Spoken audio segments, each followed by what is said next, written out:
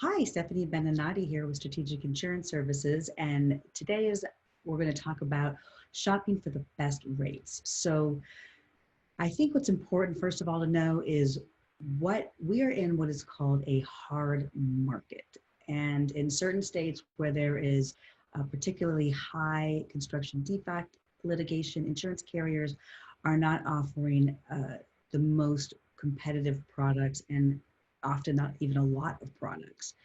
So what that means to you is that most of the insurance agents have access to the same carriers. So a carrier or the underwriter that's working with the carrier will only take one application from for each client. And the only way to transfer that application or quote is by a broker of record letter, which we've addressed in another video. But here's where it gets tricky because if the insurance underwriter sees a lot of applications coming in from various brokers for the same client, that client runs the risk of not getting the best pricing from the underwriter. And here's why. When the underwriter sees that there's just one agent associated with this client, they believe that this agent is speaking on behalf of this client and that there is a solid relationship there. Therefore, they are willing to negotiate the best terms. However, if they see a lot of applications coming in from various agents, they see that this client clearly does not have a relationship with this agent and they are generally not willing to negotiate the best terms. So that is why it's really important to be very careful of how you shop these very hard markets. And how we encourage people to do it is, first of all, interview as many agencies and agents as you are able to, finding 2 to 3 that you feel are the best, that are going to work the best for your business.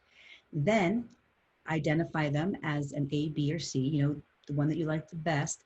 Give that agent the opportunity to shop as many insurance carriers as they have access to, and then provide you a list of all those carriers.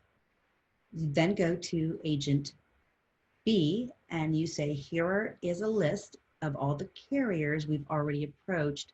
Do not put our application into those carriers. And then agent B will have an opportunity if they have any additional markets, and sometimes they may have 1 or 2, to then shop those markets. Now, 2 is really the best, but if you feel like, if you really have a business that is doing a lot of volume and you're maybe in the 10 million or 15 million in gross revenue or higher, you might have even more access to carriers. You can go with a third agency. And again, let them know these are the carriers we've already approached. If you have any additional markets, please let me know, and then you're free to shop those markets. This way, your underwriters are not seeing multiple applications coming in from you, and each agent can really work on the quotes on his or her, using his or her relationship with the underwriters. So if an agent gives a particular underwriter a lot of business, they're going to have more leeway to negotiate better rates. If an underwriter barely hears from this agent, they probably won't really spend much time negotiating. So it's really like any other business. So that's a little bit on how the insurance industry negotiates rates on your behalf. Please feel free to give us a call, and we'd love to talk more with you about this. Have a great day. Thanks.